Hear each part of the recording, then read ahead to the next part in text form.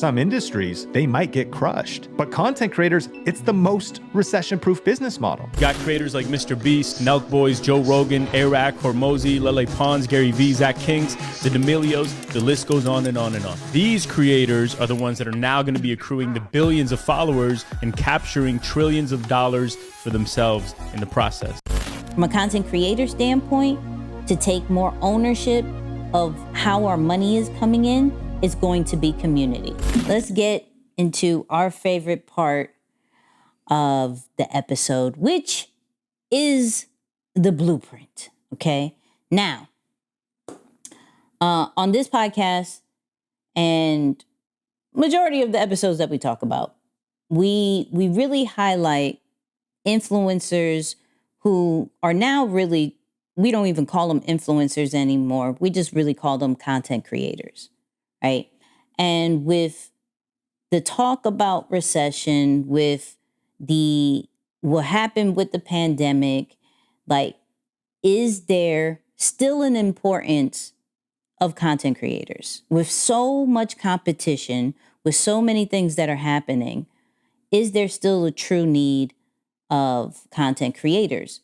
If so, how do we not stay broke as a content creator? How do we actually monetize our creativity, our passion, our likes, and maybe some of our dislikes? So we were watching Sean Kennel talk about, is there still a need of content? Is content dying?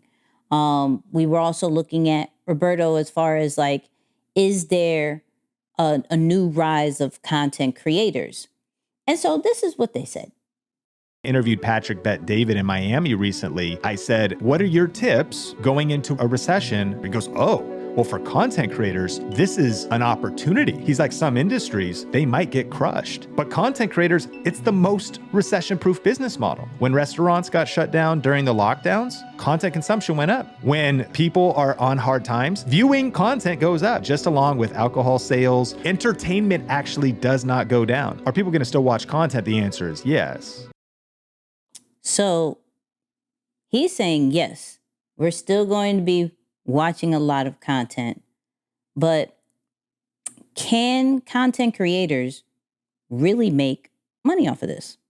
This is Chamath Palihapitiya. He's a billionaire who helped scale Facebook to 1 billion users. And recently he gave his prediction for the next evolution of social media. See, Chamath believes that content creators will be the billionaires of the future. And I'm going to tell you why he believes this and why you should start creating content. Chamath describes a tier system, meaning when you think about it, the first wave were the platforms. Apple, Google phones, they were the ones that attracted billions of users and captured trillions of dollars in value. The second wave were the apps, TikTok, Instagram, Snapchat, Twitter, etc. Again, billions of users and trillions of dollars in value captured. But the third wave is the content creators. They are the ones building businesses on top of these platforms. So this decade, it's the same thing. You got creators like Mr. Beast, Nelk Boys, Joe Rogan, Arac, Hormozy, Lele Pons, Gary Vee, Zach Kings, the D'Amelios, the list goes on and on and on. These creators are the ones that are now going to be accruing the billions of followers and capturing trillions of dollars for themselves in the process. And that's all in dandy. That's fine. That's amazing. Now, as content creators, based off these two, we must create. Okay? We're going to create content. And we may have a viral moment. If we stay consistent, we continue to do what we do.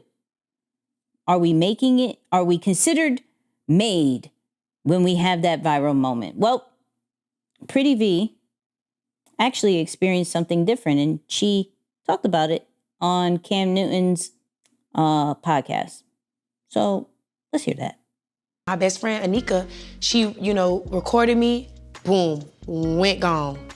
Baller Alert, Shade Room, all the blogs. Mm-hmm. Still broke. Still trying to figure it out though. Rent was still due. Right. Get viral, but you still broke. Mm-hmm. Get viral, but you still trying to figure it out in your mind. Right. So I did all that, and that was the moment where I got viral. And after that, I was like, okay, how can I keep this momentum going? So for this episode, for this segment, I really just want to talk about how can we avoid being broke as creators in this day and age. I think the problem isn't necessarily creating. I think it is figuring out the different ways to monetize, the different ways to actually make a living, make different businesses from it. And I know as being a content creator, you know, we concentrate on the creation. Like, okay, boom, this is where I could be a YouTuber. This is where, and we get very caught up in maybe putting too much weight on the platforms to pay us, right?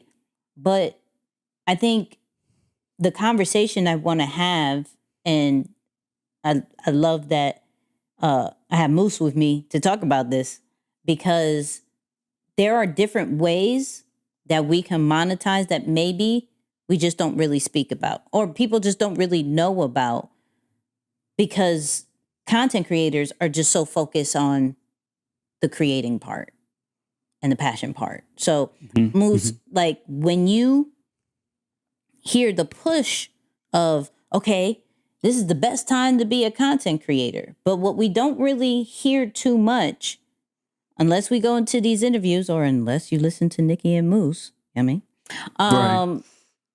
You don't hear the business side of it. You don't hear how we could really, the breakdown of making money from this. So I would love your take on those 3 clips that we played. No, for sure. And I mean, I think as you see the progression of what's being talked about, the new term that I was saying, by the way, on the intro is surviving a creator recession, right? Or a content creator recession. I've never heard it being talked about in that light, because we've heard content creation or creatives in one light, and then recession as it relates to finances and the economy, but never the two together, where we say, okay, what happens when these influencers or the platforms change their algorithms and monetization methods, and the creatives are now going through their own personal recession, similar to what Pretty V was saying there, your bills at the end of the month still come knocking, whether or not you have been creative or not. So that's a different circumstance altogether. But I think for the everyday listeners, or the majority of people, that maybe let's say the 95% of the world who may not amass the billions of followers, but are still flirting and can be incredibly successful with 10,000 to even a couple of 100,000 followers, or just people online within their community, the big thing that you're going to have to overcome before getting to the monetization piece is the mindset and the education gap. I think still there's a ton of people who are caught up in being liked. We literally just had some guests over today, and someone I was talking to is incredibly knowledgeable about a particular space. I don't want to air too much of the business out. I'll speak in these very general knowledges just to extract the example, but incredibly knowledgeable. Said, listening to her talk, and I'm saying, and you have this, why don't you start a podcast? I think that's a great way for you to do something long form, repurpose that onto other platforms like TikTok and Instagram with short form content, and drive traffic and leads to your business or your private practice.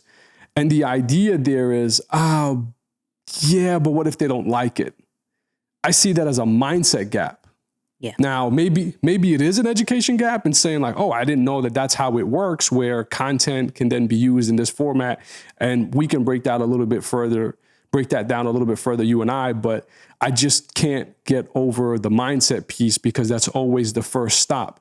It's usually our perception of what we think we are, or how much better others are than us, that don't allow us to even get in the game of saying, okay, now how can I monetize this?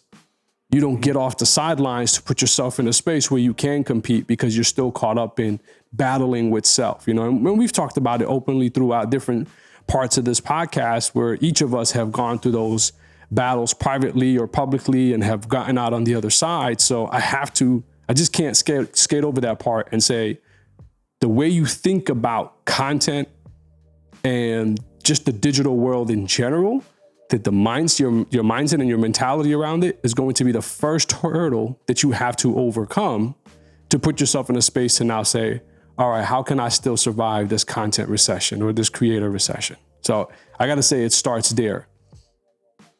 Okay. But where else does it go though? Education.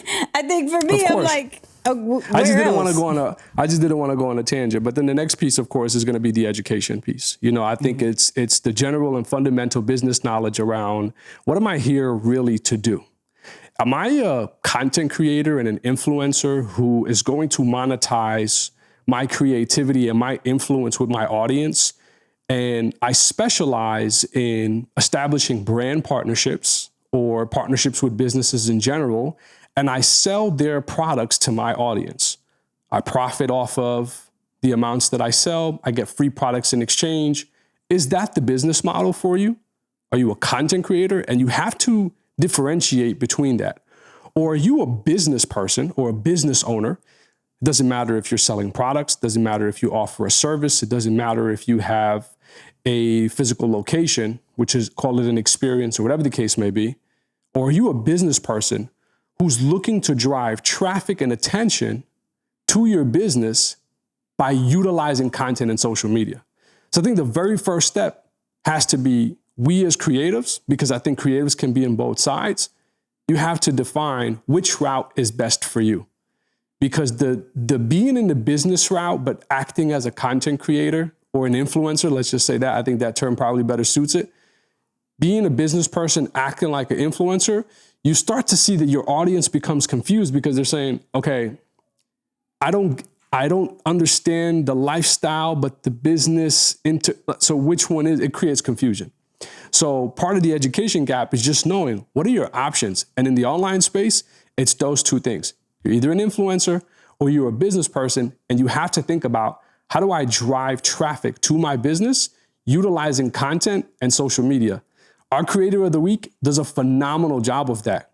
Click the link, listen to this episode first, but go check out his page at some point. And I want you to just binge on his content and see in some of his pieces where he, at the end, after giving you very genuine, valuable information about the space, he's then pitching his own product. This is someone who understands, yes, I'm a creative, but I'm not an influencer, meaning I'm not here to utilize the platform as a way to build an audience so that I can build partnerships with brands and then sell those brands as products to my audience. That's not what I'm trying to do here. My sole purpose of being on this platform is to drive my focus to how can I deliver value, build an authentic relationship with people online so that I can then let them know about my business. Right. And those people, when you fail to fall in either one of those buckets or operate according to, say, the foundations or the fundamentals in each of those tiers, yeah, you're going to experience a recession. I agree. There's two different kinds, and I would like to address more of the I would say influencer content creator situation, because 9 out of 10 times we may not come in with a product, service, business of any sense, right? Especially those who are just starting out in this, like, yo, okay, I'm going to take content creation serious. Now, I've learned that there still has to be somewhat of I'll say a hustle to make the money for bigger situations. Meaning, so if we are starting out as the content creators, as both of them had talked about, from Sean and Roberto, we have to look at some of the successful ones like Mr. B's, where he then takes from affiliate marketing, AdSense, and start taking the money that he makes from content creation to build and diversify his portfolio as far as different businesses, different other creations that he can do. So you may start off as, you know what, let me create for this brand real quick. Let me do an affiliate marketing. Let me join Amazon affiliates and start doing those different types of things. Let me get in certain brand ears for maybe a possible brand sponsorship, right? And then taking that to then later on do other ventures. That's one way, right? Now, another thing to think about if you are going that route, and which has been a huge, I wouldn't say trend, but definitely topic that we've gone over. We've even gone over it a bit, or quite a bit, last episode, is community. Where we are seeing, because of the time that we're in right now, that brands aren't necessarily dishing out the money that they used to. AdSense is starting to go down. Instagram is taking away different features that normally we're able to monetize from. Where if we are growing our community, then we can do things like sell exclusive content to them, sell merch to them, sell different live experiences or virtual experiences to be able to nurture the relationship between us and the people. What are different ways to stay creative with the connection that we have, right? I will always take what Nipsey says, and how do we get creative with the connection? This is where a lot of content creators' money can really come from. And it doesn't necessarily take a big audience to do that. Now, of course, going back to what Moose said from, you being the business owner, then creating content where I'm not relying on AdSense. I'm not relying on any of these platforms. I'm not relying on affiliate marketing. I'm not talking about no other brand besides my own brand, right? Now we're getting into how do we become the leading expert of our particular market, and then directing them back with each time to our stuff. So another creator of the week that we've gone over that does this amazing is Justin Phillips, where he will break down everything of anything e-com wise and then say, hey, I'm giving more of this on my webinar. Go to the link in my bio to sign up, right? Though he is talking about other brands, he is still controlling the income that he gets by promoting his own webinar, his own stuff, his own gear. And I'm more now into how do we, in the sense of not giving so much control to the platforms, how do we take more control from a content creator standpoint and from a business owner standpoint? From a content creator standpoint, to take more ownership of how our money is coming in is going to be community. When it comes to a business owner, it's about always a call to action to our products and our services. Yes, creating content and those viral moments are cool and great, but it's only for vanity metrics at the same time. The real core thing is the engagement that you're getting with the people. It is those conversions that you're getting from the people who follow you. It's not necessarily, okay, I got views and everything like that.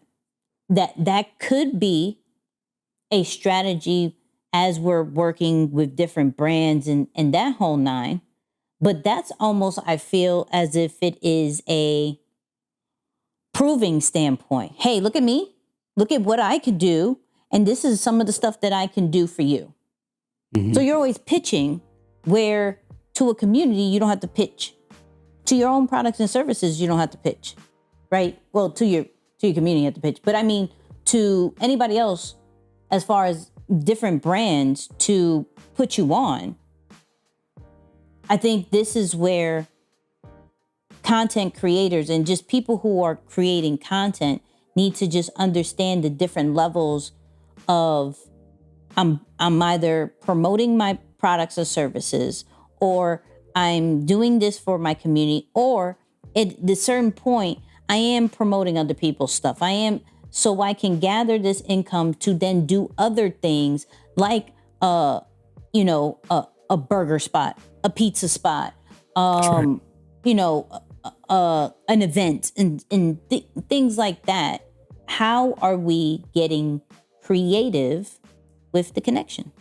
That's right. That's right. No, you hit it on the head. At some point, and I don't think it only has to be a select group of people that do both of those. As you mentioned with Mr. Beast, I still think one of the most impressive things, and probably the only time I've ever heard it, you have such a loyal community that when you build a business, they were saying, and I might have mentioned this once before, but his followers go to stores where his products are in, and they restock the shelves. Yes. They want to make sure that you are seeing his product in the best light. I mean, that is unheard of. I've never seen anyone walk to a supermarket and say, "Oh, let me restock the shelves right here for this Wonder Bread or this Enderman's cake." I've never seen that happen. So imagine you have such a loyal community that people are going to the stores and working for you, technically for free, in addition to doing all the word of mouth marketing.